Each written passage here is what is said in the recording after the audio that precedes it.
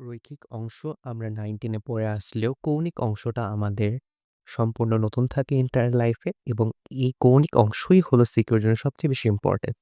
So আমি এই নোটে এটাই দেখানোর চেষ্টা করেছি যে রৈখিক এবং কৌণিক অংশের প্রতীকগুলোর পার্থক্য এবং সূত্রগুলোর পার্থক্য। এই সূত্রগুলো দেখলে আপনারা নিজেরাই রিলেট করতে পারবেন যে সম্পূর্ণ রৈখিক অংশ থেকেই আমাদের কৌণিক অংশের ফর্মুলাগুলো এসেছে। সো প্রথমে আমরা রৈখিক এবং কৌণিকের প্রতীকের পার্থক্যগুলো দেখে ফেলি। পরিমাপ সরণ এর প্রতীক যেটা রৈখিক অংশে এক্স দ্বারা বা এস দ্বারা আমরা প্রকাশ করতাম সেটা কৌণিক অংশে থেটা। এখানে উল্লেখ্য যে থেটার হিসাবগুলো ক্যালকুলেটরের রেডিয়ান মোড থেকে করতে হবে। বেগ রৈখিক অংশে ভি এবং কৌণিক অংশে ওমেগা দ্বারা প্রকাশ করা হয়।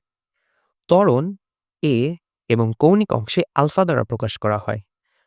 বল রৈখিক অংশে এফ এবং কৌণিক অংশে টাউ দ্বারা প্রকাশ করা হয়।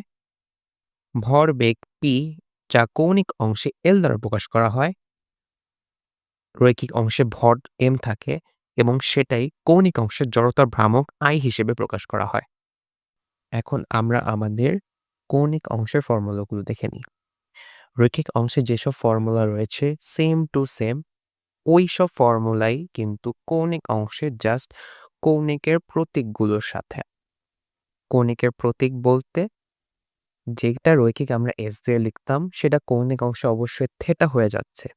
এটাই হলো কৌণিকের প্রতীক, জাস্ট চেঞ্জ করে দিলে আমরা রৈখিকেরটা মনে রেখে কৌণিক অংশের ফর্মুলা নিজেরাই লিখতে পারবো। যেমন রৈখিক অংশে সরণ S equals to U T plus half A T square, সেটাই কৌণিক অংশে এস এর জায়গায় just theta omega T plus half A, যেটা ত্বরণ রৈখিকের ত্বরণ এ, সেটাই কৌণিকে আলফা হয়ে গেছে।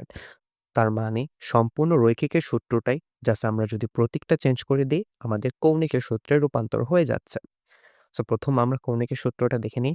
কৌণিক অংশের প্রথম সূত্রটি হচ্ছে সরণ কৌণিক সরণ theta equals to omega T plus half alpha T square.